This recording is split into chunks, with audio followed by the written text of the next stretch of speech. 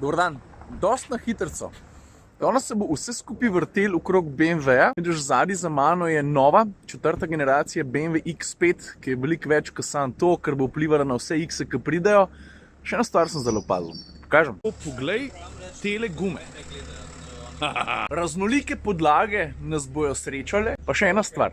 BMW 8, a ti to kaj pove? Tudi okrog tega bomo kakšno besedo rekli. V prvi vrsti sta gospoda Prebil pa Fakin, Žurnal 24, prvi autofokus. Ste me povabili v drugo vrsto, da si naberem prvi vtis, pa upam, da lahko prijem tudi za volan.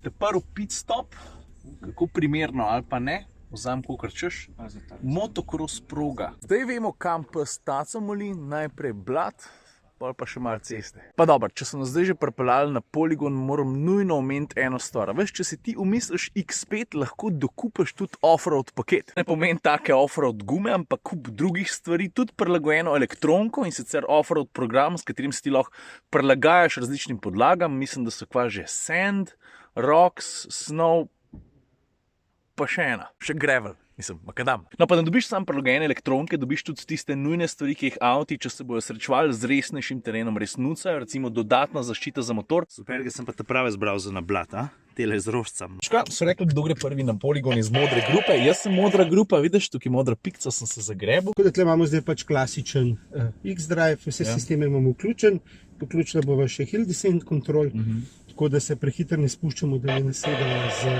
spoilerji. Ok, ni bil to zdaj nek ekstremno hud teren, ampak par stvari smo se pa vseeno naučili. Jaz sem recimo vmes zvedel, da se avto dvigne do maksimalne višine 21,4 cm, v osnovi v bistvu za 4 gor ali pa za 4 dol. So pa taki eventi, a veš še zakaj dobri? Dejstvo je, da se kupci doskrat ne zavedajo, kaj njihov avto zmore. To je pa pol dober način, da zvejo. Recimo v takmu primeru, avto se približa kucnu, ti tudi približen ne veš, kaj je na drugi strani, v tem primeru vklopiš kamero, pa pošpegaš naprej. Če skucali, da vidiš, kaj je tam luža, je prepad, ali lahko mirno čez zapelješ, kako bo recimo ta zdale. Omakniti se moram, ker ima drugačen avto po vozu.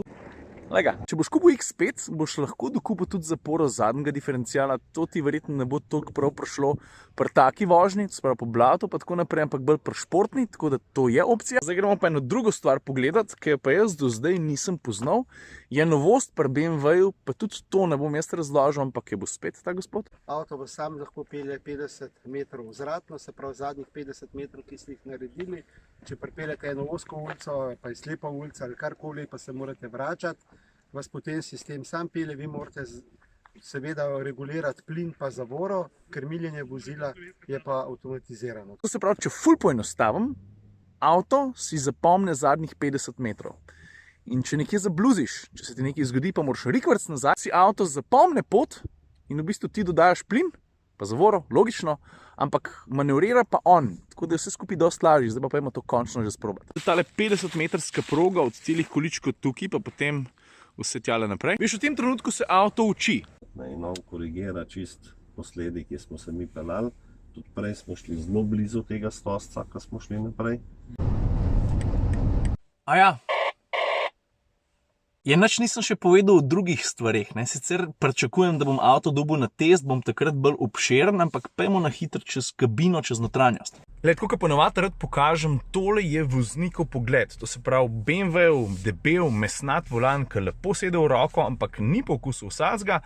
Pred njim pa digitalna instrumentna plošča. Zdaj tukaj so mnenja deljena. Moram reči, da je BMW ful lepo, pa na tak zelo sodoben način poskrbel za preglednost. Zdaj imam recimo v programu Eco Pro, ki predstavljam na sport, pa se skupaj izgleda takole. Ni velike razlike. Na ta prvi občutek pride do izbranih materialov, pa do splošnega feelinga, brez kakršnih koli pripomb. Tukaj notri je kabina poštimana, tako kot mora biti. Par detajlov je, ki so mi takoj ful všeč, recimo klimo rihtati. Poglej, kam so se skupaj dali na tak, mislim, da poglej. Le kam so jo umestili zračnika, vmes pa majhen digitalen zaslonček, priročno, pa izvirno, če me ne vprašaš. Potem prijemo pa do prestavne ročice, pa do tega izberenega vrtljivega gumba.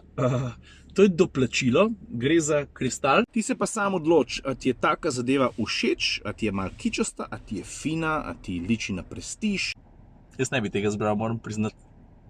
Kar se pa voznih lastnosti tiče, mislim, na prvi uč so odlične. Zračen podvoz je tudi tele off-road gume, ki jih imamo, niso precej glasne, malo vibracij, ki jih drugače pri običajnih gumah ne bi bilo čutiš, to je res. Ampak generalno gledano je pa BMW tako zelo na hiter upravičil pričakovanja, ne. Avto je velik, avto ni lahek, pele se pa super, čez 1-2 ovinka sem ga tudi dobro zašilil. No, zdaj pa še pika na i današnjega dneva. X5 je super, ampak BMW pa sem pripeljal še en drug avto. Lega.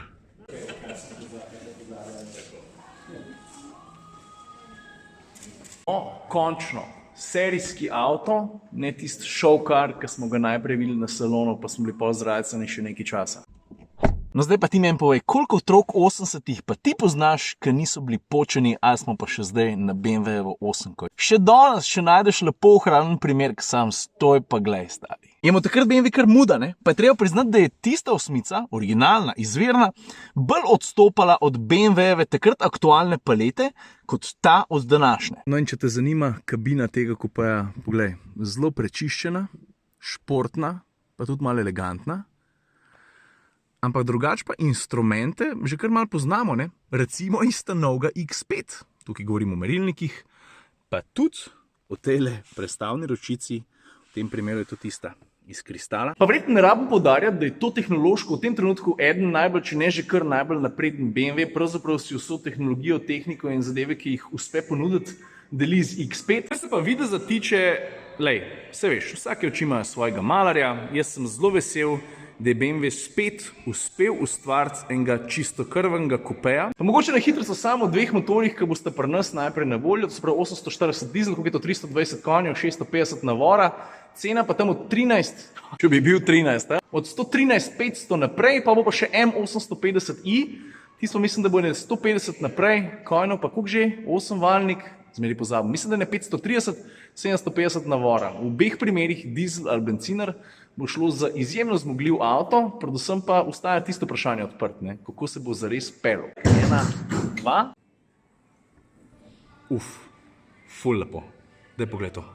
Pa verjetno ni težko prepoznati, tudi če tele srebrne palčke prešteješ, vidiš 8 jih je. To pomeni, da je tukaj spodaj bencinski 8-valni motor, tis 530 konji. In kar se samega dizajna tiče, lej, zelo izrazito športen in športne ne bi bile tudi vozne lastnosti. Se je BMW kar ven vrgel, ne? So rekli, mi smo se posebej potrudili, da bo ta avto v zavojih res izreden, da bo vozna dinamika še boljša, kakor mi pričakujemo. Lej, dokler jaz avto ne zapeljem, pa zašiljem v en ovink, nam čist nič verjel. To sem zato rekel, ker res hočem dobiti lužjo roke.